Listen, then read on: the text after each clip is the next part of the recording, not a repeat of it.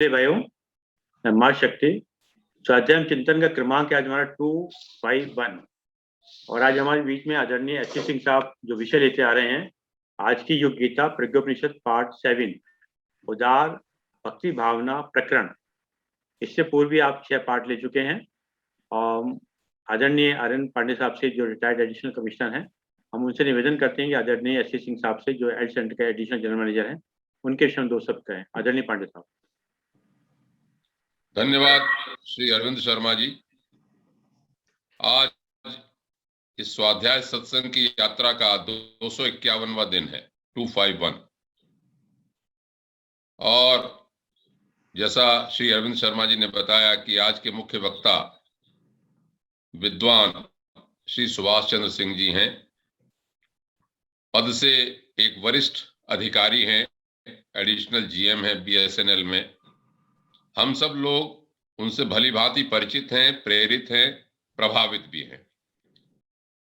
श्री सुभाष चंद्र सिंह जी बहुत ही विद्वान व्यक्ति हैं, जैसा कि वो विभिन्न विषयों पर बोल चुके हैं, वैदिक शास्त्रों के ऊपर भी।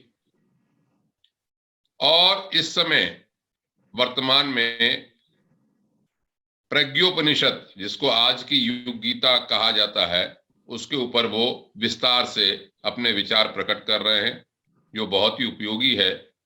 इससे पूर्व, आज से पूर्व संयमशीलता, कर्तव्य परायणता प्रकरण, उससे पहले अजस्र अनुदान उपलब्धि प्रकरण इत्यादि पर उन्होंने अपने विस्तृत वक्तव्य दिए हैं। आज वो उदार भक्ति भावना प्रकरण पर बोलने जा रहे हैं। तो मैं श्री एस.सी. सिंह साहब से अनुरोध करूंगा कि वो अपना वक्तव्य प्रारंभ करें। श्री एस.सी. सिंह साहब। Thank you sir, thank you so much. हम सभी उस चेतना से जुड़ने का प्रयास करें, गुरु मंत्र गायत्री महामंत्र के माध्यम से, और फिर मिलजुल करके आज की कक्षा पर आपस में विचार विमर्श कर लिया जाए।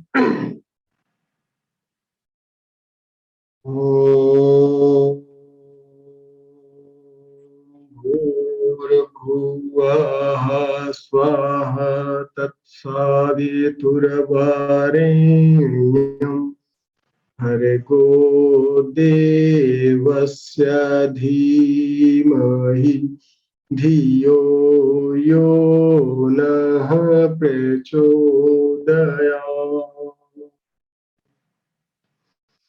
असंभवं संभव कर्तुम् उद्यतं प्रचंड झंझावृत्तिरोध सक्षमं युगस्य निर्माण कृते समुद्यतं परम महाकालमुं नमाम्यहम्।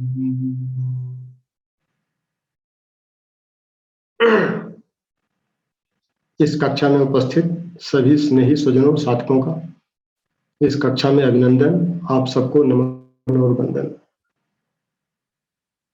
जैसा कि अभी परिचय के क्रम में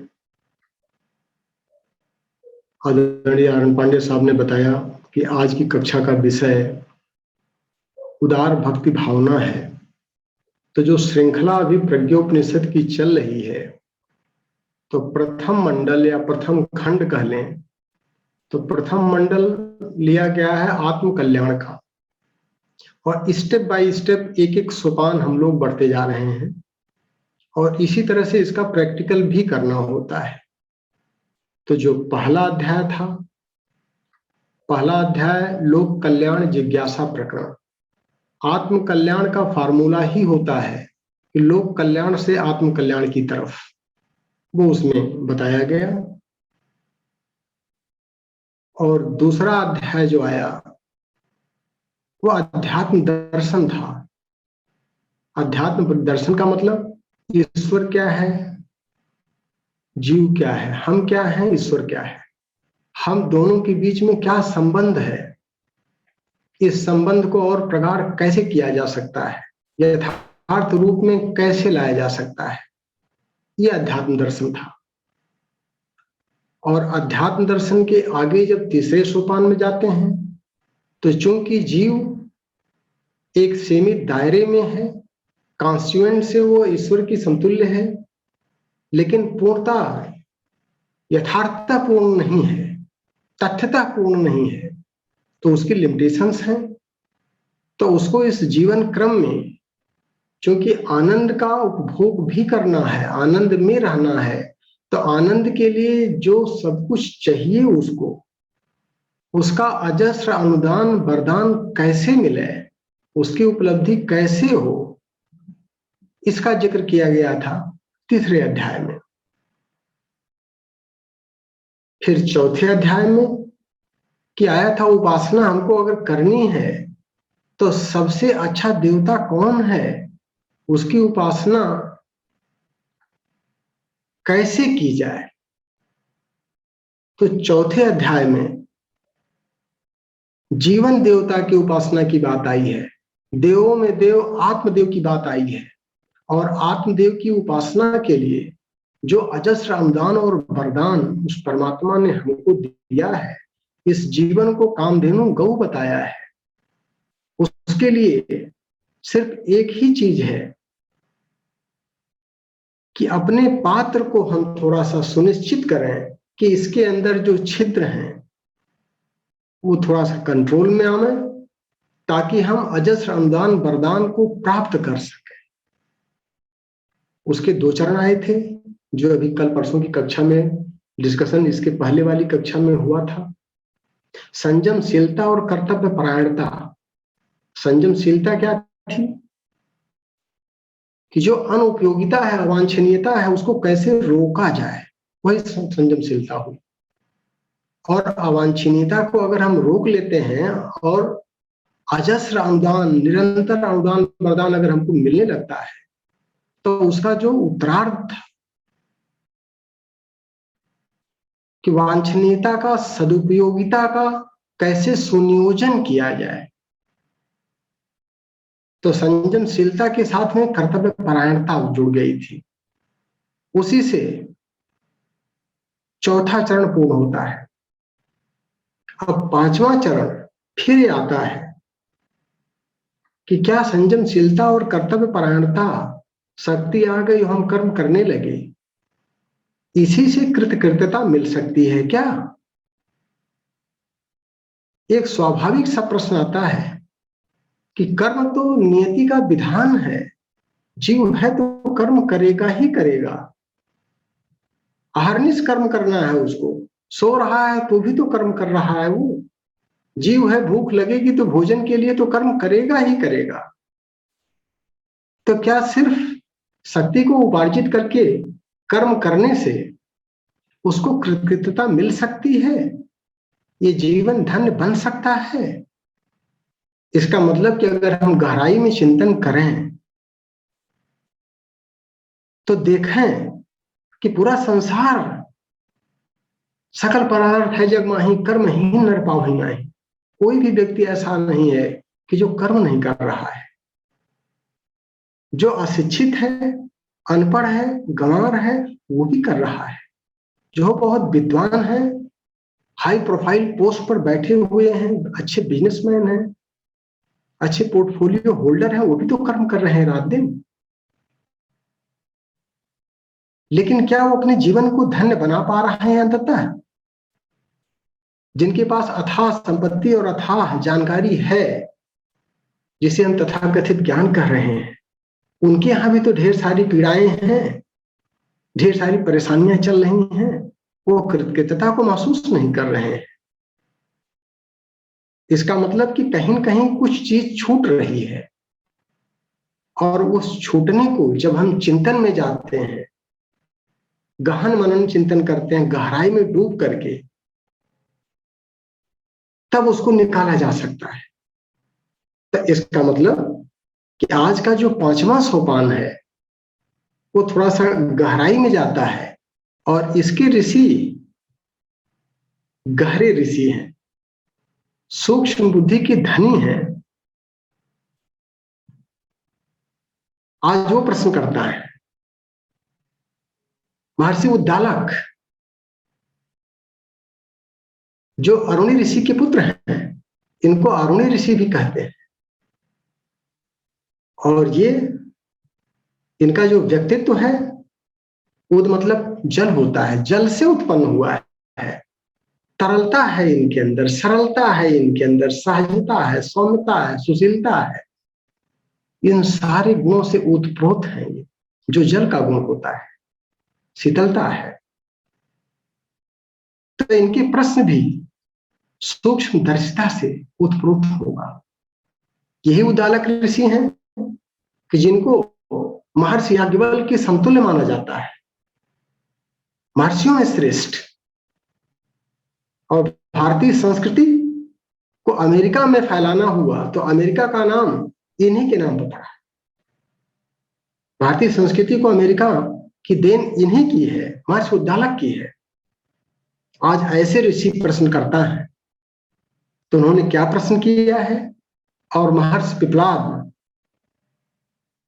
जो स्थित प्रज्ञता की पराकाष्ठा पर है, वो सत्राध्यक्ष है, वो जवाब देते हैं।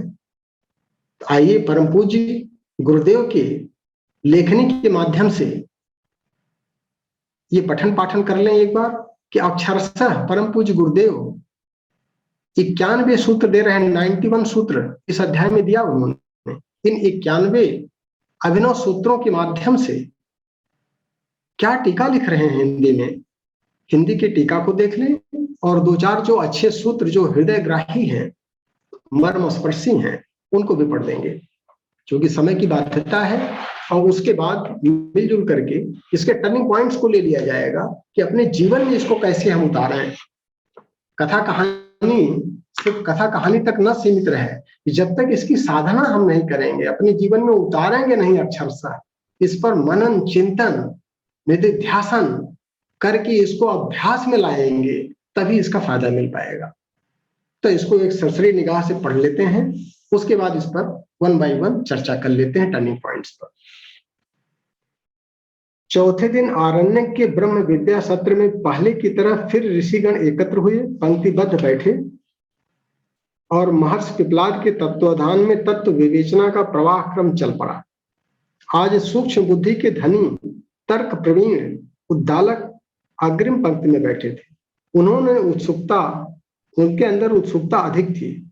उद्दालक पूछने लगे, हे महाभाग, समय का सदुपयोग कर्म के माध्यम से होने की विवेचना में एक संदेह उठता है कि उस समन्वय से मात्र समय क्षेप जितना ही लाभ मिलकर तो नहीं रह जाएगा, उतने भर से आत्मिक प्रगति के लिए आवश्यक आत्म विस्तार का प्रयोजन कैसे सधेगा। हे महाभाग, कर्म तो नियति की मर्यादा बंधन मात्र है। उस श्रृंखला में आबद्ध रहने से अस्त व्यस्तता का अनौचित रुकता है और लदे हुए उत्तरदायित्वों को ठीक प्रकार सहन कर सकना बन पड़ता है। उतनी ही सीमा में रहने वाले पुण्य परमार्थ की उन उमंगों की आपूर्ति कैसे कर सकेंगे जो आत्मा को भक्ति भावना से अनुप्राणित करती है। उस अमृत का रसास्वादन कैसे किया जाए, ये विस्तार से बताएं, जिससे सर्वसाधारण का कल्याण हो सके। समय और कर्म का समन्वय करते तो मोहग्रस्त महत्वाकांक्षी भी देखे जाते हैं। कर्मयोगी न सही, श्रमशील और प्रयास तत्पर तो अनेकों पाए जाते हैं। उन्हें पुरुषार्थी तो कहा जाता है, किंतु वे जीवन संपदा को कृतकृत्य करने वाले कहाँ होते हैं। लगता है समय और कर्म के समन्वय के अतिरिक्त भी कोई तथ्य छिपा रह गया है। यदि ऐसा हो तो कृपया उस रहस्य का उद्घाटन कीजिए। तत्ववेताओं में मूर्धन इस सत्र के सूत्र संचालक ब्रह्मवेत्ता महर्षि पिपलाद ने जिज्ञासा को ध्यान पूर्वक सुना, बहुत प्रसन्न हुए और बोले। महाप्राज्ञ पिपलाद ने कहा, क्रमिक चर्चा में उस प्रसंग पर चर्चा करने ही वाला था, किंतु आपने उसका स्मरण दिलाकर अच्छा ही किया। अब उस संदर्भ में कुछ अधिक कहने का मेरा उत्साह बढ़ा है। आगे की बात आप सब ध्यान पूर्वक सुने। हे ऋषियों, इस त्रिधा व्यवस्था में ईश्वर जीव प्रकृति की तरह चेतना क्षेत्र के भी प्रगति क्रम की 3 निर्धारणाएं हैं। विद्वान लोग एक को ज्ञान, दूसरे को कर्म और तीसरे को भक्ति कहते हैं। त्रिधात्मिकायाम विश्वस्य व्यवस्थाया अमृत ऋषिश्वरा और प्रकृति ईश्वर जीवनाम्यु क्षेत्रे चित्रेभ्य और तृष्णो निर्धारणा सन्ति प्रकृतेस्तु क्रमशः तथा और ज्ञानम कर्म च भक्तिश्च नामनो च अन्यते मनीषिभि, अर्थात ज्ञान, विद्वान लोग एक को ज्ञान, दूसरे को कर्म और तीसरे को भक्ति कहते हैं। इन्हें छात्रों के अध्ययन विषयों की तरह क्रमशः एक एक करके जोड़ना बताना पड़ता है। आत्मज्ञानम इदम येन स्वरूपम मानव स्वकम कर्तव्यम च भविष्य च द्रष्टुम पारेत ध्रुवम, अर्थात अध्यात्म क्षेत्र के विकास क्रम के मार्ग में सर्वप्रथम आत्मज्ञान की भूमिका है। वह न हो तो मनुष्य जड़ता के भव बंधनों में ही बंधा रहेगा, पासबद्ध तिर्यक जोनियों की तरह शिष्णोदर परायण ही बना रहेगा। वासना, तृष्णा और अहंता के अतिरिक्त और कुछ सूझेगा ही नहीं तथा यही स्थिति बनी रहेगी। यह आत्मज्ञान ही है जिसके कारण मनुष्य को अपना स्वरूप, कर्तव्य और भविष्य दृष्टिगोचर होता है। उसी आधार पर यह सुसुप्ति छोड़ करके जागृति में प्रवेश करता है और आत्मबोध को ही देवजन्म कहा गया है और उसको प्राप्त करता है। आत्मप्रेरणयो देति कृपया च गुरोरयम अयो ही जीवन क्षेत्र से प्रथमा भूति उच्यते। यह आत्मप्रेरणा और आत्मबोध गुरु कृपा से होता है। इसे जीवन क्षेत्र की प्रथम विभूति कहा गया है। जो इसे पाते हैं अभ्युदय का द्वार खोलते हैं और परम लक्ष्य की दिशा में अग्रसर होते हैं। आत्मप्रगति सोपानम द्वितीयम कर्म चोच्यते कर्मार्थात कर्मयोग्यो अयम कर्मयोगश्च सोऽर्थतः, अर्थात आत्मिक प्रगति का दूसरा सोपान है कर्म। कर्म अर्थात कर्मयोग, कर्मयोग अर्थात मानवता के पक्षधर कर्तव्य उत्तरदायित्वों का परिपालन, कर्मनिष्ठा। संचित कुसंस्कारों के कारण उत्पन्न होने वाली दुष्प्रवृत्तियों पर नियंत्रण करती है और सत्प्रवृत्तियों को स्वभाव में सम्मिलित करके मनुष्य को प्रामाणिक एवं प्रखर बनाती है। कर्मयोगी अपने पुरुषार्थ को दिशाबद्ध करते हैं, उस पराक्रम के आधार पर अनेकानेक सफलताएं पाते हैं और यशस्वी बनते हैं। बढ़ते चेत विकासस्य क्रमो ज्ञानेन कर्म च अयुज्यते प्रौढ़ात् आयाति ततो भक्तिर्विजृंभते। आत्मनस्तु विकासस्य प्रौढ़तायां तु कर्मणा ज्ञानेन सह भक्ते उदयो न उच्छलेत। विकास क्रम बढ़ता है तो ज्ञान के साथ कर्म जुड़ता है। प्रौढ़ता आती है तो कर्म के अतिरिक्त भावना की उमंगें भी उभरती हैं। बालक मात्र खेलते हैं, किशोर खेलते हैं और पढ़ते भी हैं, प्रौढ़ खेलते भी हैं, पढ़ते भी हैं और उपार्जन पुरुषार्थ भी करने लगते हैं। ज्ञान, कर्म और भक्ति की त्रिवेणी ऐसी ही है जैसे गंगा में यमुना का मिलन और इससे कुछ ही आगे उनके साथ सरस्वती का समन्वय। ज्ञान और कर्म का संयुक्त अभ्यास यदि सही दिशा में चल रहा होगा तो उसमें भक्ति का नया उभार भी होगा। आत्मविकास की प्रौढ़ता में ज्ञान कर्म के साथ भक्ति का नया उभार उमंगता ही है। आदर्शों के प्रति प्रेम, पिछड़ों को उठाने की, बढ़तों को बढ़ाने की सहज उत्कंठा में भक्ति की झांकी मिलती है जो दिव्य व विशाल होती है। स्वशरीरे कुटुंबे च सीमितम प्रेम प्रोच्यते अमोहो व्यापकतां यातो भक्तित्वेन प्रशस्यते। अर्थात प्रेम जब शरीर परिवार तक सीमित रहता है तो उसे मोह कहा जाता है, किंतु जब वो व्यापक आत्मीयता के रूप में प्रकट होता है तो भक्ति भावना के रूप में सराहा जाता है। उसकी परिणति उदार सेवा साधना के रूप में होती है। सभी अपने लगते हैं, कोई वीराना नहीं रहता है। अपनों की को सुखी और सुसंस्कृत बनाने के लिए आकुलता उत्पन्न होना स्वाभाविक है। भक्तजनों में ऐसी ही पारमार्थिक आकुलता पाई जाती है। वे लेने की बात भूल जाते हैं, देना ही देना स्मरण रहता है।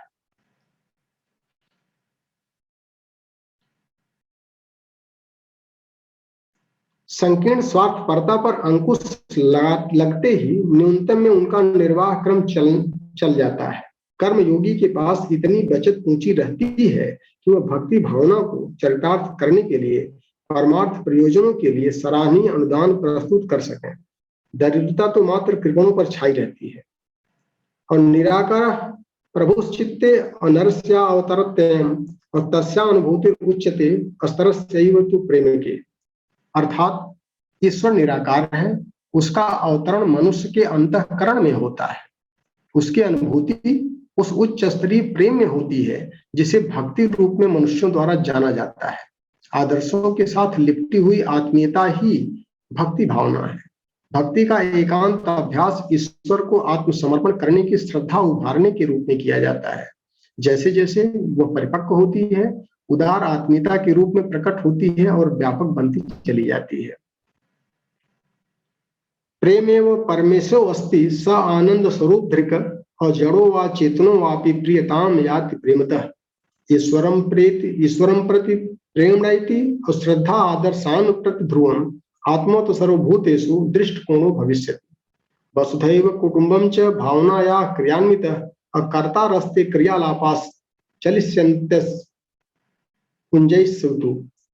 प्रेम ही परमेश्वर है, ये आनंद स्वरूप है।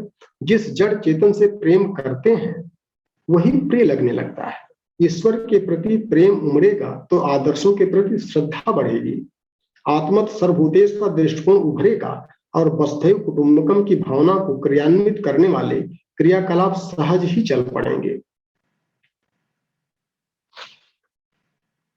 आत्मतोषस्य लोकस्य मानस्या अनुग्रहस्य च दैवस्य त्रिविधो लाभ प्राप्यते तस्य सदा।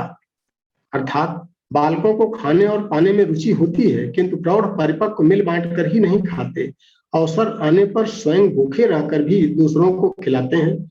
ऐसे उदार अनुदानी रस लेने वाले विलासियों की तुलना में अभावग्रस्त तो दिखते ही है, पर उन्हें आत्मसंतोष, लोक सम्मान एवं दैवी अनुग्रह का त्रिविध लाभ सदा मिलता रहता है।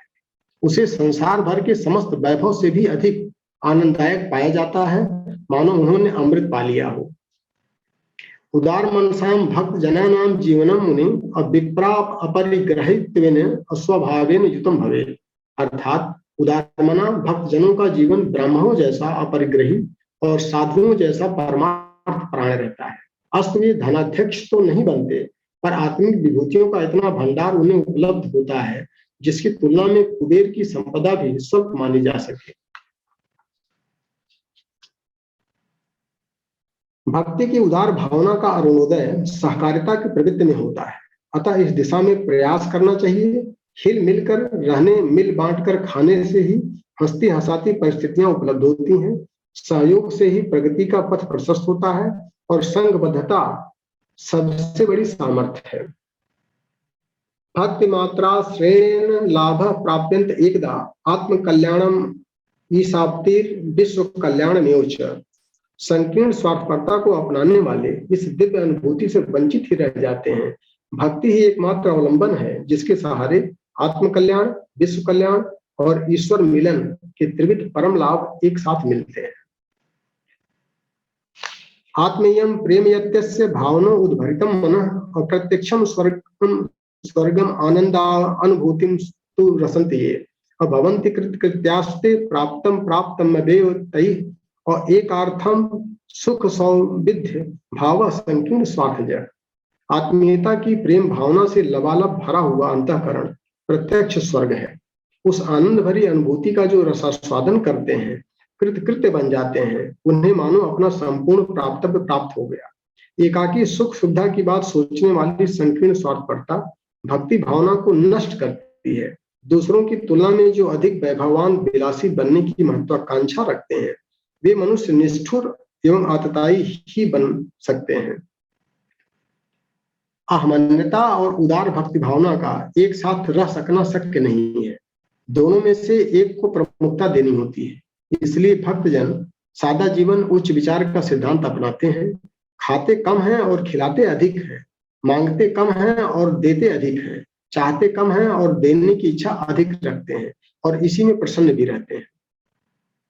भक्तिर भावुकता नैव तत्रोच्चादर्शता मता और सरलम ये तु जीवंती तेषाम ऐसा तो संभवे। अन्ये तात्कालिकान भावावेशान भवितम बदंत तु और भ्रमंति ते भ्रमावर्ते और परांश्च भ्रामयन्त्यपि। अर्थात भक्ति भावुकता नहीं है, इसके पीछे उच्च आदर्श जुड़े रहते हैं। सादा जीवन जीने वालों के लिए भक्ति भावना जैसी उच्च विचारधारा अपना सकना संभव है। दूसरे लोग तो सस्ते भावावेश को ही भक्ति कहते हैं और भ्रम में पड़े रहते हैं। तथा औरों को भी भ्रमित कर देते हैं। संकीर्ण स्वार्थ परतैव विद्यते भवबंधनम अलोभ मोह अहंकार इत तस्यास्त्रयः सुता और इदम कुटुंबम यत्रापि वासमाधास्यति ध्रुवम और तत्र से कलह द्वेष पात दुर्व्यसनानि च। अर्थात संकीर्ण स्वार्थ परता ही भवबंधन है। मोक्ष, लोभ, मोह और अहंकार उसी के तीन पुत्र हैं। ये परिवार जहां भी बसेगा वहां ईर्ष्या, द्वेष, कलह, दुर्व्यसन और पतन के प्रसंग आए दिन उभरते रहेंगे। ऐसे लोग आत्म प्रताड़ना और लोभ भर्त्सना सहते रहते हैं। पूजा करने पर भी देवता प्रसन्न नहीं होते और इन दुरात्माओं की मन स्थिति को समझते हुए उन पर कोप ही बरसते रहते हैं। भक्ति भावना ही इस तपन को पूर्ण रूपेण बुझाती है। इसलिए भक्ति और मुक्ति को परस्पर सघन संयुक्त माना जाता है। जो जिस मात्रा में स्वार्थंधता का परित्याग करेगा वह उसी अनुपात में जीवन मुक्त बनेगा। ईश्वर प्राप्ति का एकमात्र अवलंबन भक्ति है। उदार आत्मीयता से अनुप्राणित आदर्शवादी परमार्थ परायणता में ही सच्ची भक्ति भावना के दर्शन होते हैं, जो मनुष्य को दिव्य बनाती है। जैसे रात्रि के दिन के साथ मिलन बेला को उषा काल कहते हैं, जिसमें प्राणी मात्र जग जाते हैं, वैसे ही आत्मा और परमात्मा से मिलन का प्रत्यक्ष प्रमाण भक्ति भावना के उदय में ही देखा जा सकता है। हे मुनीश्वर, शक्ति आदर्शों के प्रति होती है। उसे किसी व्यक्ति या देवता के साथ जुड़ने वाले मोह प्रसंग से सर्वथा भिन्न एवं उच्च स्तरीय ही माना गया है। ज्ञान कर्म के साथ भक्ति की त्रिवेणी में स्नान करके उस दिन सभी जिज्ञासु मनीषी बहुत प्रसन्न हुए। ऐसा लगा मानो ब्रह्म विद्या का असाधारण लाभ इस सुयोग सत्संग में उन्हें उपलब्ध हो रहा है। इस प्रकार चौथा सत्र दिवस समाप्त हुआ। इत श्रीमद् प्रज्ञा उपनिषदे ब्रह्म विद्या आत्मविद्यो युग दर्शन युग साधना प्रकटीकरणयो श्री पिपलाद श्वेत केतु ऋषि संवादे उदार भक्ति भावना भावनेन इत प्रकरणों नाम 25वां अध्याय।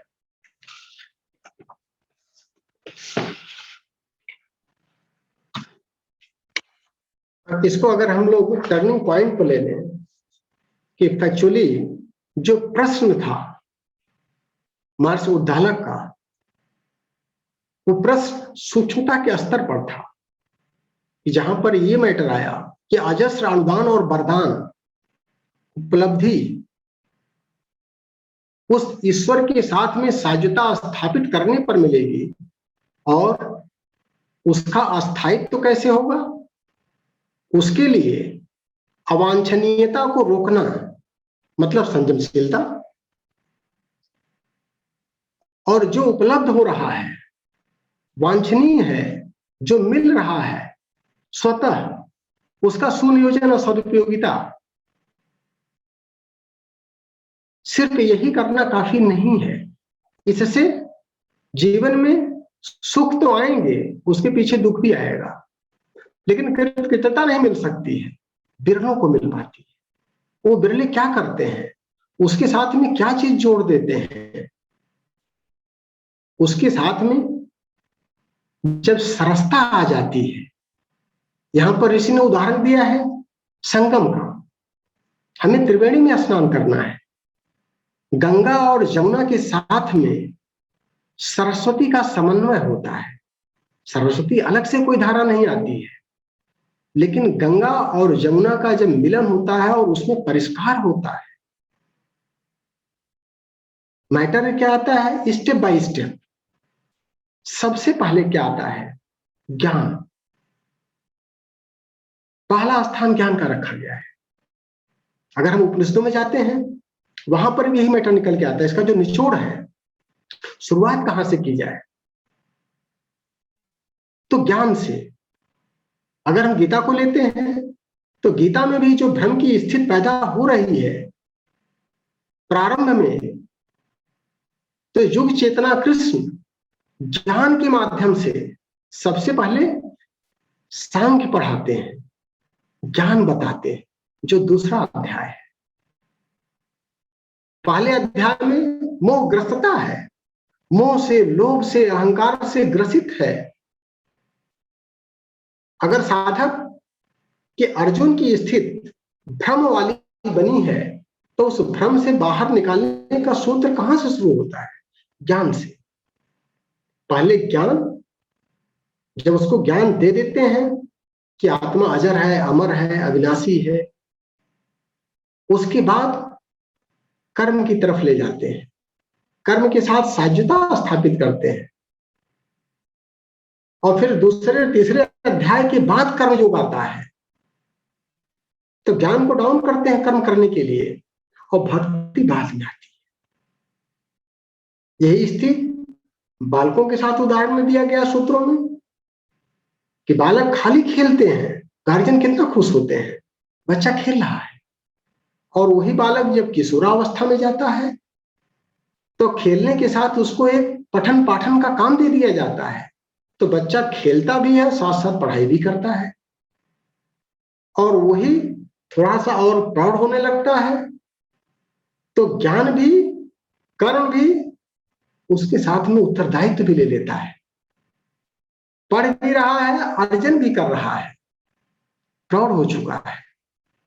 यही हमारे जीवन की धारा है, विस्तृत होती रहती है। अगर ईशावास्योपनिषद में हम जाएं, जिस पर कक्षा हो चुकी है, वहां पर भी यही चीज आ रहा है। पहला सूत्र शुरू ही होता है प्रार्थना के बाद, पूर्णमदः के बाद पहला सूत्र जो शुरू होता है, ईशावास्यम इदम सर्वम यत्किंच जगत्याम जगत तेन त्यक्तेन भुंजिता मां हृदय कस्य शुद्धना। उसके बाद दूसरा सूत्र कर्म पर आता है। ज्ञानेन मुक्ति की बात आई है, पहले ज्ञान। अगर ज्ञान सही नहीं है तो कर्म में हम हो सकता है बंधनकारी करने लगे, अकर्म करने लगे, दुष्कर्म करने लगे।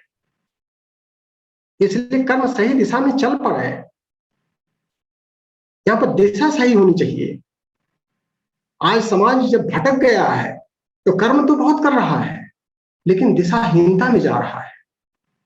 24 घंटे बिजी है, व्यस्त है, किया जा रहा है कर्म, प्रवचन भी बढ़िया दे रहा है, वो तो बाद में पता चला कि प्रवचन नहीं था, वो तो पॉल्यूशन फैला रहा है, प्रदूषण फैला रहा है। जब ज्ञान ही नहीं है, उसको बोध नहीं है, यथार्थ को पता ही नहीं है उसका,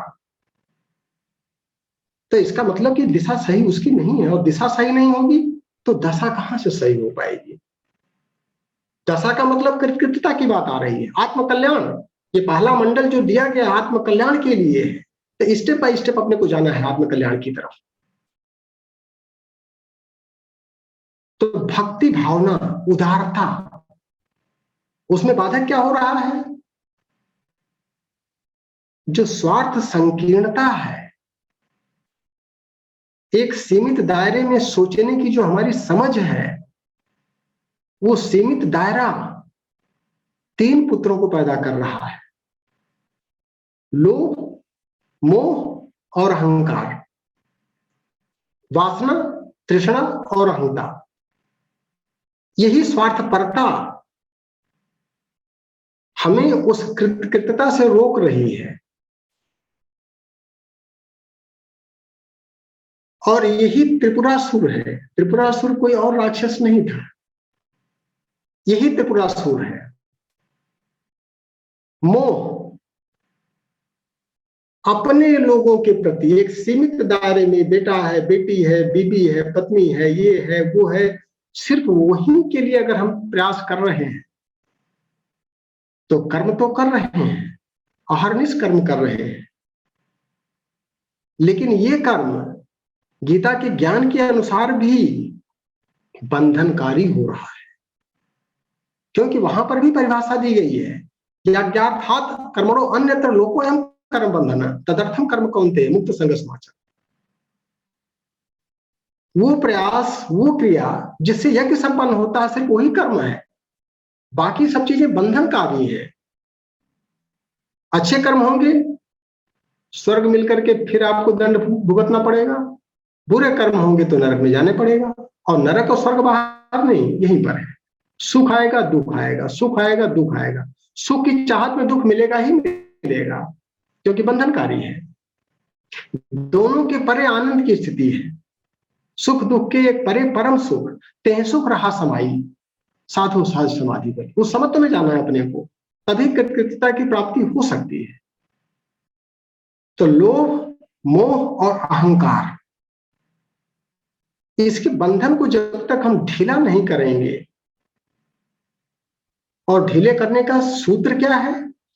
ज्ञान के साथ अगर कर्म, ज्ञान अगर प्रॉपर है, कर्म जुड़ता है और उसके साथ में अहंकार विगलित होता है, कर्ता की भावना अगर समाप्त होती है, तो ईश्वर के साथ साझुता बनने लगती है। और जो सीमित परिधि हमारी है, अगर परिधि को असीम कर दें, तो वही प्रयास हमारा भक्ति के रूप में, वही काम सत्कर्म बन जाएगा और वही ज्ञान सद्ज्ञान बन जाएगा। तो सद्ज्ञान, सत्कर्म, सद्भाव अगर उसके साथ में जुड़ गया, तो फिर हम यथार्थ की तरफ बढ़ चलते हैं। उदारता बहुत जरूरी है, और उदारता अगर स्वभाव में हमारे आने लगे तो चित्त की शुद्धि स्वतः होने लगती है, या चित्त का शोधन होता है तो उदारता स्वभावता आने लगती है। गायत्री में प्रचोदयात शब्द आता है लास्ट में, धियो यो न प्रचोदयात, प्रचोदयात में प्र अक्षर, इसी उदारता के लिए अगर प्र की साधना हम करते हैं तो ये भक्ति भावना जन्म लेने लगती है। प्रकृत्या तो भवोदारो नाम उदारा कदाचन अचिंत्य द्वार दृष्ट तेन चित्तम विशुद्ध है। प्रकृति से हमको उदार होना चाहिए। हम एक सीमित दायरे में बंधने के लिए नहीं आए हैं। अगर हमको कृतकृत्यता प्राप्त करनी है तो अपनी परिधि को बढ़ाना पड़ेगा। अपने जीवन में भी हम लोग करते हैं। जब हम बच्चे रहते हैं तो अच्छे खाने, अच्छे पहनने की शौक होती है। बड़े होते हैं, शादी होती है, एक पार्टनर लगाता आप जीवन में, उसके प्रति लगाव बढ़ता है, तो जो हमको अच्छा लगता है ला करके उसको देने का प्रयास करते हैं कि पहले उसको खिला दें। ये दोनों के साथ होता है। और वही अगर एक और संतान आ गया तो दोनों मिलकर के उसके बारे में बाउंड्री हमारी बढ़ती जा रही है। इसका मतलब कि जैसे हमारी प्रौढ़ता आने लगे और जीवन का विस्तार होने लगे, तो इसके अंदर अगर हम बाउंड्री को ढीला कर दें तो भक्ति जन्म लेने लगेगी। और भक्ति का मतलब भौकता नहीं, बहुत क्लियर बताया है इन सूत्रों में। भक्ति का मतलब कर्मनिष्ठा से है, कर्तव्यम कर्म को करने से है। जो हमारा कर्तव्य है, जो दायित्व है, व्यक्तिगत कर्तव्य और सामाजिक उत्तरदायित्वों का निर्वहन, यही तो धर्म है। श्रेष्ठता के प्रति लगाव, आदर्शों के प्रति जब असीमित प्रेम हो जाए, और आदर्शों के समुच्चय को वही तो परमात्मा कहते हैं। परमात्मा और क्या है? वही तो देव है, वही तो आत्मदेव उसी रूप में अभिव्यक्त होता है कि जब अंतःकरण पवित्र होकर के उद्भासित होता है, उसी रूप में होता है। करुणा जन्म लेने लगती है, ममता आ जाती है, आत्मीयता, उदारता, सहानुभूति, समानुभूति, ये सारे गुण स्वतः आने लगते हैं। इसको जीवन में प्रैक्टिकल करना पड़ेगा। तो अगर इसके टर्निंग पॉइंट्स को हम ले लें तो त्रिवेणी में स्नान से ही मुक्ति मिल सकती है। वो त्रिवेणी कौन सी है? गंगा, यमुना और सरस्वती। गंगा का मतलब ज्ञान से है, यहां पर ज्ञान की गंगा। यमुना का मतलब कर्म निष्ठा से है, जो कर्तव्यम कर्म है। और सरसता का मतलब, सरस्वती का मतलब सरसता से है, निरसता से नहीं है, सुस्तता से नहीं है। सरस होना चाहिए हमको, उदारता हमारे अंदर आनी चाहिए। और जब उदारता जन्म लेगी हमारे अंदर, आत्मवत सर्वभूतेषु को भावना जब परिलक्षित होने लगेगी अपने आचरण में, तब सरसता आएगी, तभी भक्ति जन्म ले पाएगी। नहीं तो अहंकार रहेगा, कर्ता का भाव आ जाएगा कि हम ही कर रहे हैं, और यथार्थ में प्रेरणा देने वाला ही कर्ता होता है। और जो ईश्वर की परिभाषा दी गई है, निराकरत्व हेतुश्च प्रेरणाम कर्तुमीश्वर और शरीरश्च गृह्णामि गृहगत संचालित, अर्थात ईश्वर तो कहता ही है कि मैं तो निराकार हूं, सिर्फ प्रेरणा ही दे सकता हूं। और अगर उसकी कृपा होती है इंसान के ऊपर, तो सत प्रेरणा अपने अंतःकरण में अपने आप आने लगती है, अपने आप पैदा होने लगती है और शरीर को मजबूर कर देती है सन्मार्ग पर चलने के लिए। उसी को कहा जाता है ईश्वर की कृपा हो रही है। और अगर हमारे कर्म गलत दिशा में चले जाते हैं, अज्ञानता के वशीभूत होकर के हम आगे बढ़ रहे हैं, अपने को सही समझ रहे हैं, एक भ्रम की स्थिति बनी हुई है, तो अंतःकरण में सन्मार्ग पर चलने की प्रेरणा नहीं आएगी। क्या आएगा? आलोचना, कटुता, शुष्कता, नीरसता, एक दूसरे के प्रति द्वेष, ईर्ष्या, जलन, आलोचना, ये सब जन्म लेने लगेगा। अगर ये जन्म ले रहा है आपके अंतःकरण में, तो हमें मान के चलें कि हमारे अंदर भक्ति नहीं आ रही है। सरसता अगर नहीं है, नीरसता अगर आ रही है, तो हम अज्ञानी हैं, ज्ञानी नहीं है। इसके लक्षण हैं, इसकी टेस्टिंग करनी चाहिए हम सबको। और इसी त्रिवेणी में स्नान करके ज्ञान की गंगा, कर्मनिष्ठा यमुना की, और सरसता भक्ति भावना उदारता की, तीनों से संयुक्त जब त्रिवेणी में हमारा जीवन स्नान करेगा, तो हम पूरी तरह से चित्त निर्मल हो जाएगा, पवित्र हो जाएंगे।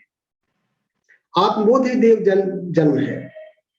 यही आत्मबोध, देवों में देव, आत्मदेव की जब भावना हमारे अंदर पल्लवित और पुष्पित होने लगेगी, जब उसकी उपासना हम करने लगेंगे, तो ऐसी स्थिति में हमारा देवत्व जागृत हो जाएगा, और वही देव जन्म है। और सत्कर्म ही आत्मिक प्रगति का सोपान है। कर्म की परिभाषा पूरी फिलॉसफी दिया हुआ है, कर्म की गीता में भी, इसमें भी आया है। और कर्तव्यम कर्म ही हमारा धर्म है, धर्म और कुछ नहीं है। धर्म पर चर्चाएं इसमें आएंगी। और श्रेष्ठता के प्रति, आदर्श के प्रति अथाह प्रेम, असीम लगाव कि बिना उसके हम रह नहीं सकते, वही भक्ति भावना है। बड़ा क्लियर इंडिकेशन दिया है, भक्ति भावुकता नहीं है।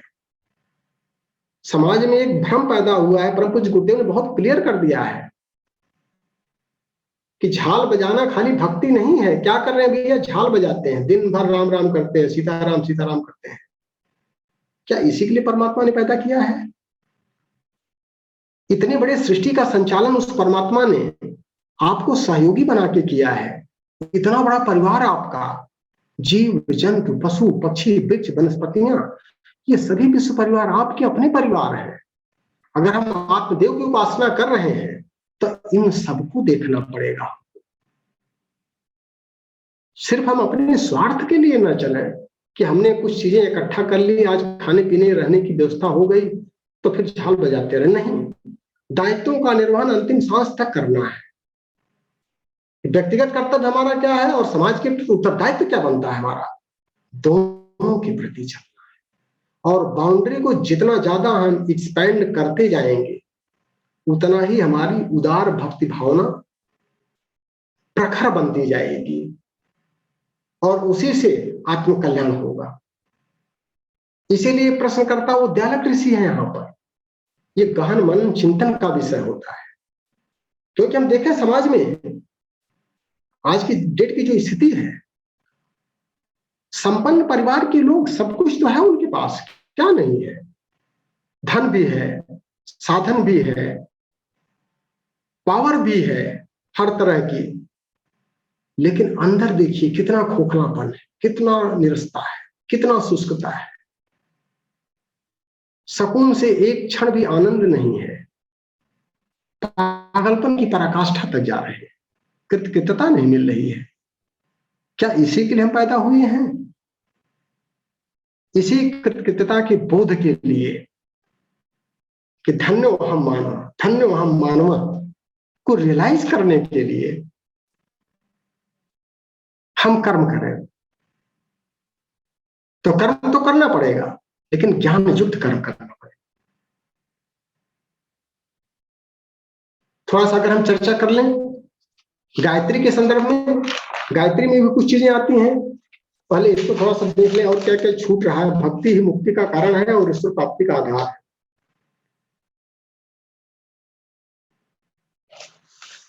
गायत्री के संदर्भ में थोड़ा सा अगर चर्चा कर लें, गायत्री उपनिषद बहुत बढ़िया आया है, उसके अंदर चर्चा।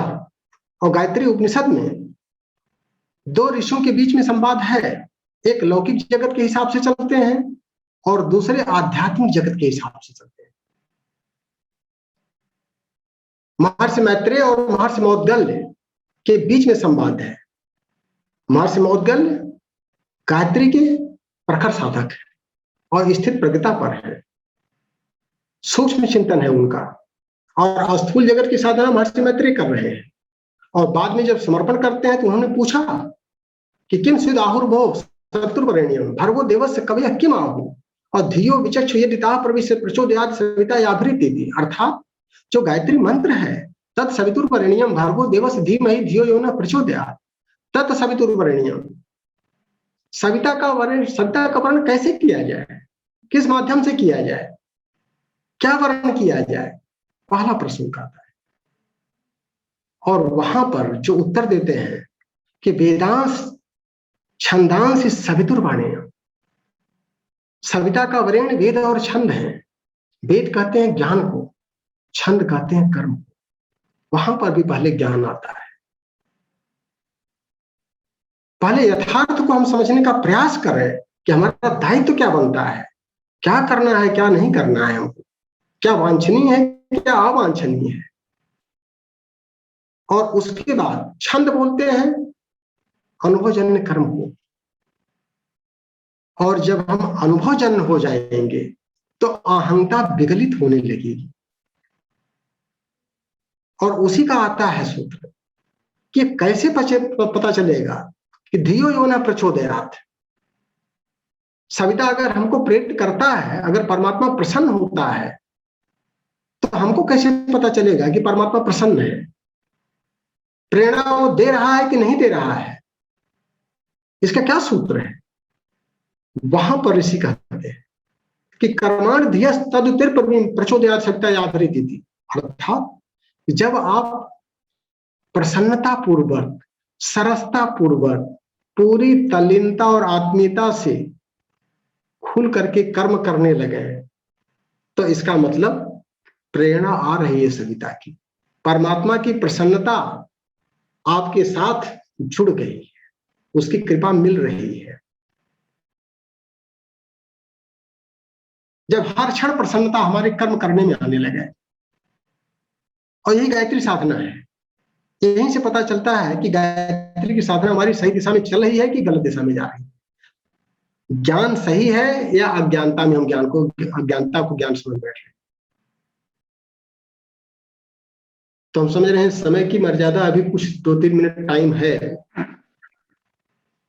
तो इसको देखें कि पहले ज्ञान, फिर कर्म, फिर भक्ति का समावेश, और तीनों की त्रिवेणी मिल करके हमारे लोभ, मोह और अहंकार को नाश करेगा। और यही त्रिपुरासुर है।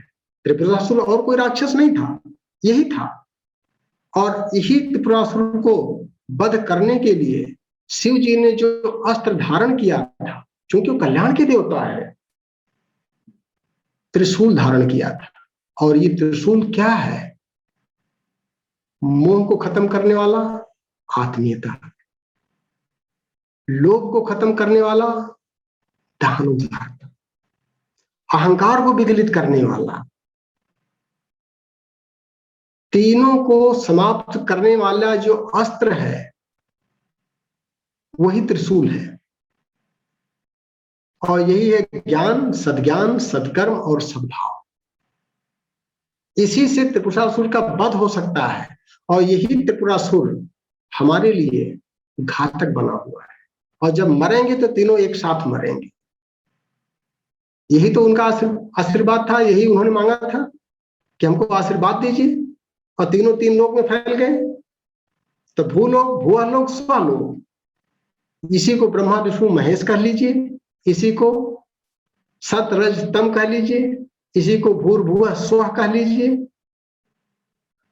और इसी का यथार्थ रूप जब हम अपने जीवन में उतारने लगेंगे, तभी उदार भक्ति भावना के साथ में इसके पहले जो फार्मूले अपनाए गए हैं, संयमशीलता और कर्तव्य परायणता फलित होगी, पुष्पित होगी, और आगे हमको सब कुछ मिल जाएगा। इसी से कृतज्ञता मिलेगी, और इसके बिना अधूरापन रह जाएगा। तो शुष्कता, रसो ऐसा परमात्मा का स्वरूप है। परमात्मा रसहीन नहीं है, सरस है। तो जो ज्ञान हमको शुष्कता प्रदान करता है, लोगों को दूर करता है, वो ज्ञान नहीं है। क्योंकि ज्ञान के साथ में भक्ति का समावेश आता है। अनुभव के बाद भक्ति अपने आप आने लगती है। जब कर्ता का भाव समाप्त होने लगता है, अहंकार विगलित होने लगता है, तो अपने आप संकीर्णता की बाउंड्री लिमिटलेस होने लगती है। इसी का अभ्यास करना है, और यही ये 5वें अध्याय का सार संक्षिप्त है। तो हम समझ रहे हैं कि हम एक तरफा न बोलें, मिलजुल करके कक्षा का आनंद लिया जाए। हाँ, नमस्कार सिंह साहब।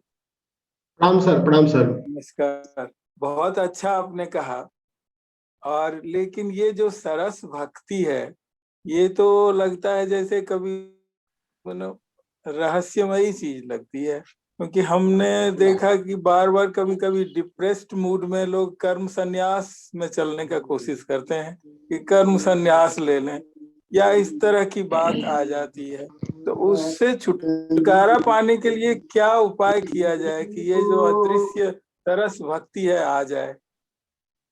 सर, उसके लिए तो बेहतर यही रहता है कि हम सन्यास को पहले समझने का प्रयास करें कि सन्यास है क्या।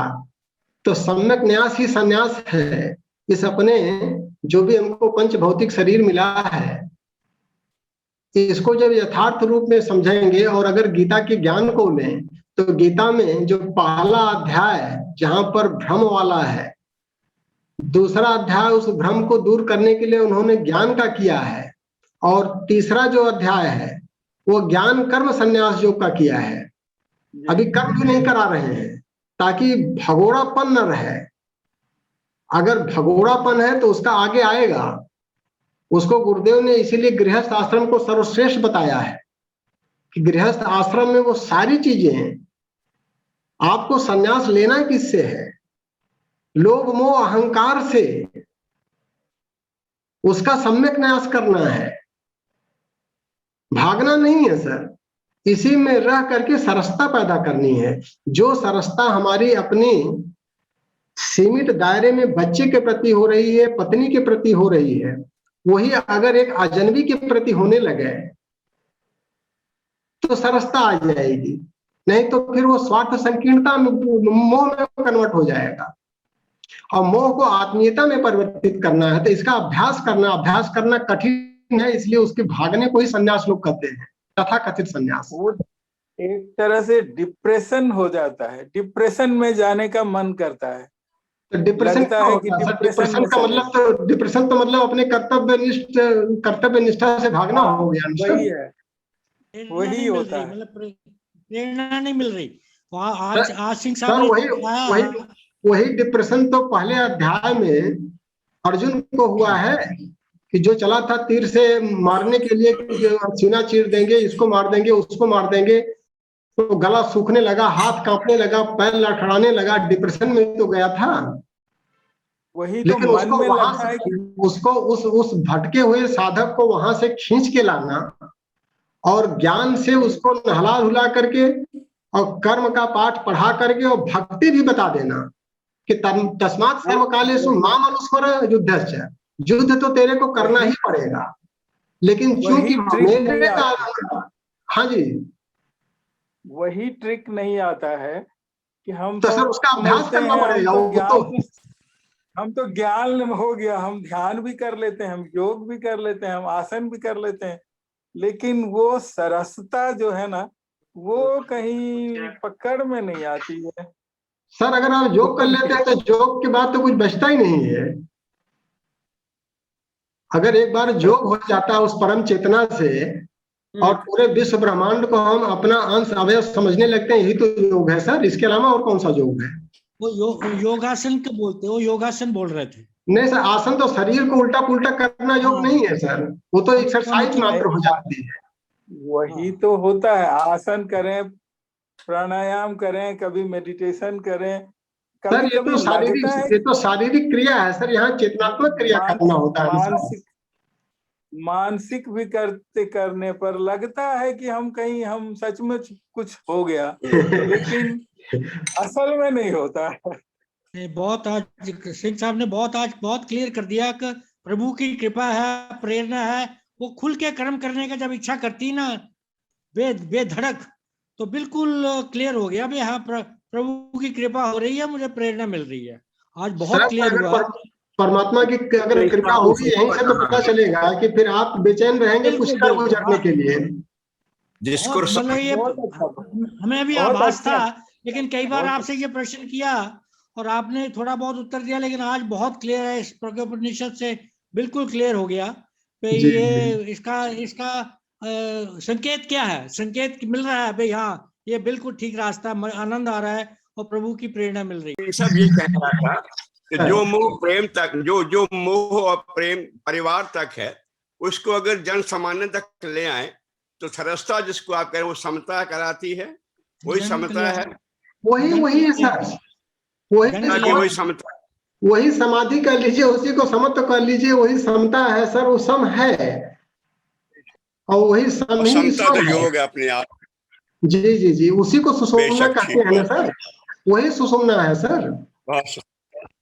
योग की भाषा में उसको सुषुम्ना कहते हैं, समत्व कहते हैं, समाधि कहते हैं।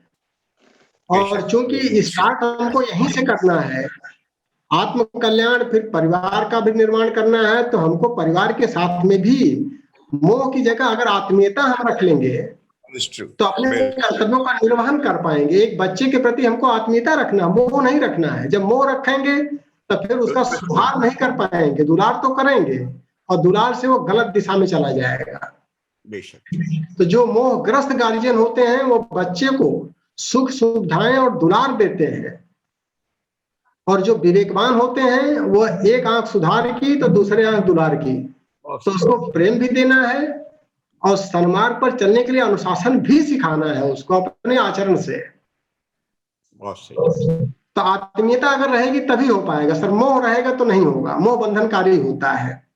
संत के हथियार दोनों, प्यार भी तलवार भी। सर जैसे सत्कर्म करने से निराकार ब्रह्म प्रेरणा देती है कि प्रेरणा देती है फिर सत्कर्म होता है? देखिए दोनों इंटरलिंक्ड होता है, एक चीज। दूसरी चीज कि ईश्वर जो है वो सिर्फ आपको प्रेरणा ही दे सकता है। जी। और इसी का जो पहला अध्याय आया है उसी का सूत्र है। और पहले अध्याय में लोक कल्याण जिज्ञासा प्रश्न में वो बताते हैं, वो विष्णु लोक की चर्चा चल रही है। विष्णु भगवान खुद नारद से कहते हैं कि मैं तो निराकार हूं, मैं जो मूर्तियों की बात आई है तो मूर्तियों का भी इसी में सूत्र आएगा कि जो मूर्तियां जो हैं वो पुस्तकें हैं, पाठ्य पुस्तकें हैं, जिससे जीवन के गुण रहस्यों को पढ़ाने के लिए बनाया गया था, हमारे ऋषियों ने बनाया था, ताकि उसके जीवन के गुण रहस्यों को चेतना का कोई फोटो नहीं बनाया जा सकता है। इसीलिए इसमें दिया हुआ है कि निराकारत्व हेतुश्च प्रेरणाम कर्तुमीश्वर और शरीरश्च गृह्णामि गति संचालने ततः। ईश्वर की जब प्रेरणा, आप जब ईश्वर प्रसन्न होगा तो आपके अंदर प्रेरणा देगा, और प्रेरणा ही सारा काम कराती है। इंसान गलती क्या करता है कि जब अपने को कर्ता मान लेता है। जैसे एक एग्जाम्पल आप लीजिए कि एक सेब लाइए और चाकू से काट लीजिए उसको, तो चाकू के ऊपर जब आपकी प्रेरणा जाएगी तभी तो चाकू काटेगा। जी। तो काटने वाला आपका हाथ है जो प्रेरित हो रहा है, और अगर उस चाकू को ये गलतफहमी हो जाए कि सेब को मैं काट रहा हूं, सेब को चाकू नहीं काट रहा, चाकू तो एक साधन है भाई। इसका मतलब कि जो प्रेरणा आ रही है, प्रेरणा आ रही है, आपकी शरीर की गति हो रही है, तो हाथ उठ रहा है, चाकू को पकड़ रहा है, फिर सेब को काट रहा है। कर्ता प्रेरणा को माना जाता है। यथार्थ में कर्म कौन कर रहा है? प्रेरणा कर रही है। इसीलिए जब आपको ये ज्ञान हो जाएगा कि यथार्थ को देखने की क्षमता आने लगेगी, तो कर्ता का भाव मिट जाएगा। इसी को तो जो सूत्र 50वां 49वां सूत्र जो उसमें गीता के दूसरे अध्याय का दिया गया है, तीसरे अध्याय का, कर्म वाली फिलॉसफी का, वहां तो कृष्ण यही तो कह रहे हैं कि तुम्हारा अधिकार सिर्फ कर्म करने में, कर्मण्येवाधिकार अस्ति मा फलेषु कदाचन। वहां पर यही तो फिलॉसफी है कि गलती से भी कर्ता का भाव मत लेके आ जाना। 3 बार मां मना किया गया वहां पर। तुम्हारा अधिकार सिर्फ कर्म करने में ही है, कर्म करो, कर्ता कोई और है, तुम तो साधन मात्र हो। तो प्रेरणा आपकी आत्मा से आती है, लेकिन आप आत्मा की बात को काट करके, मन चूंकि जड़ है, बुद्धि भी जड़ होती है, तो मन और बुद्धि की जब आप मान लेते हैं बात और अपने को कर्ता भाव में लेके आ जाते हैं, तो कर्ता जहां लाएंगे वहां क्रिया की प्रतिक्रिया होगी। तो जैसे आप कर्ता बन गए, कर्ता कोई और था, बन गए आप, तो फल आपको मिलने लगेगा उसका। अगर अच्छा होगा तो अच्छा फल मिलेगा, बुरा होगा तो बुरा फल मिलेगा। और जहां आप अच्छा और बुरा के बीच में फंसे, तो वही तो स्वर्ग और नरक है। एक तरफ सुख मिलेगा, दूसरी तरफ दुख मिलेगा। और अपना वांछनीयता क्या है? न सुख चाहिए न दुख चाहिए। चाहिए क्या? आनंद। और आनंद दोनों के परे की चीज है। क्योंकि आप इलेक्ट्रिकल इंजीनियर हैं, तो सिनुसॉइडल वेव आप देखते हैं, तो सिनुसॉइडल वेव नहीं चाहिए, अपने को डीसी करंट वाली चाहिए। न ऊपर जाए न नीचे आवे, न हमको सुख चाहिए न दुख चाहिए। सुख और दुख मन के विकल्प है खाली, हमारे मन के दृष्टिकोण है। एक स्थिति में हमको सुख समझ में आता है, दूसरी स्थिति में दुख समझ में आता है। और जब यथार्थ को देखेंगे तो आनंद अपने आप दिखाई पड़ेगा। समत्व की भावना। हाँ, तो इसीलिए इस पॉइंट पर आइए कि ईश्वर जब प्रसन्न होता है, जब आपके सत्कर्म होने लगेंगे, तो आत्मा के अंदर आपके अच्छे विचार आने लगेंगे, वो प्रेरणा देने लगेगा, आपको सही दिशा अपने आप देने लगेगा, बशर्ते हम सत्कर्म करने का अभ्यास करने लगे। तो ये इंटरलिंक्ड चीजें हैं कि भाई खेत में बोएंगे भी और फिर फसल होगी तो काटेंगे भी, और हाथ पर हाथ रख के बैठ जाए कि नहीं हम बोएंगे नहीं, खाली ईश्वर की प्रेरणा का इंतजार करेंगे, तो कंटिन्यूटी नहीं बन पाएगी ना। नहीं समझ गया सर।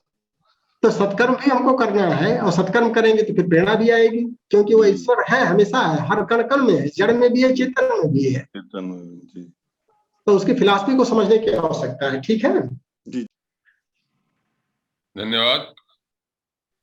आज हमने प्रज्ञोपनिषद के 5वें अध्याय के बारे में बहुत ही आनंददायक और प्रेरणास्पद उद्बोधन को सुना, जिसकी शुरुआत महर्षि उद्दालक के प्रश्न और महर्षि पिप्पलाद के उत्तर के द्वारा पूर्ण हुई।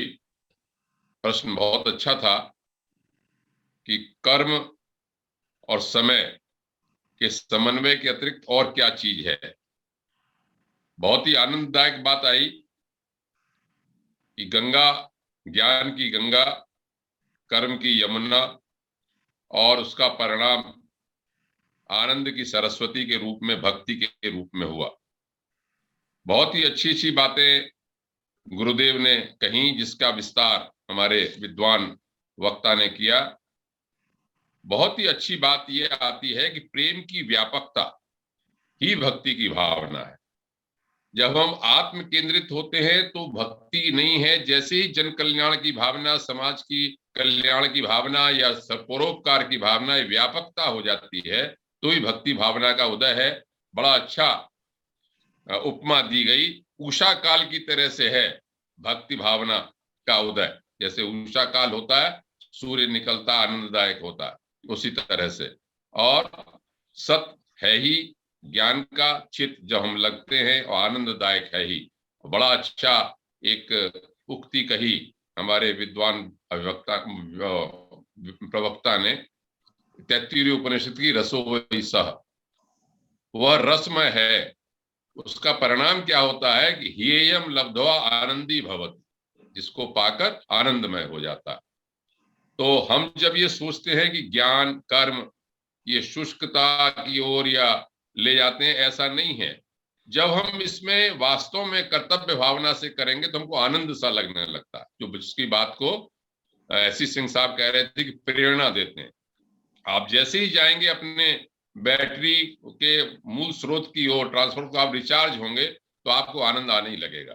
बहुत ही अच्छा आज का उद्बोधन रहा। हम बहुत ही सब आभारी हैं श्री एसी सिंह साहब के, बहुत बहुत धन्यवाद देते हैं, आभार देते हैं, और आगे भी इसी तरह का उद्बोधन उनसे मिलता रहेगा।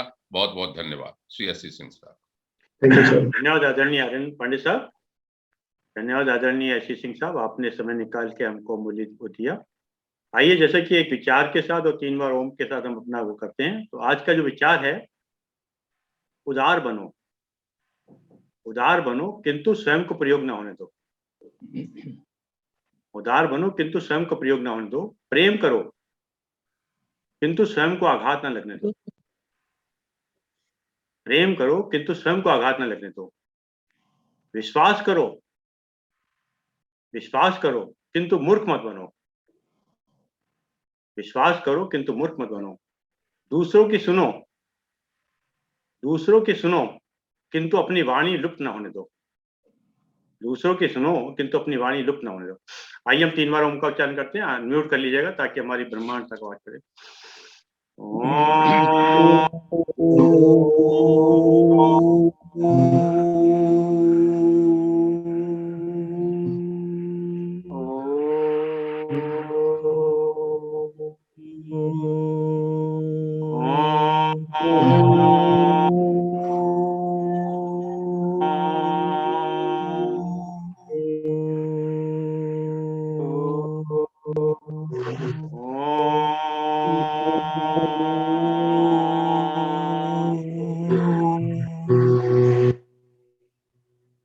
शांति शांति शांति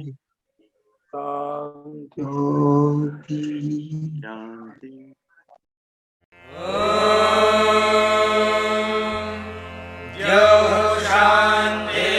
शान्तिरन्तरिक्षं शान्तिः पृथिवी शान्तिरापः शान्तिरोषधयः शान्तिः वनस्पतयः शान्तिर्विश्वे देवाः शान्तिर्ब्रह्म शान्तिः सर्वं शान्तिः शान्तिरेव शान्तिः सा मा शान्तिरेधि। ॐ शान्ति।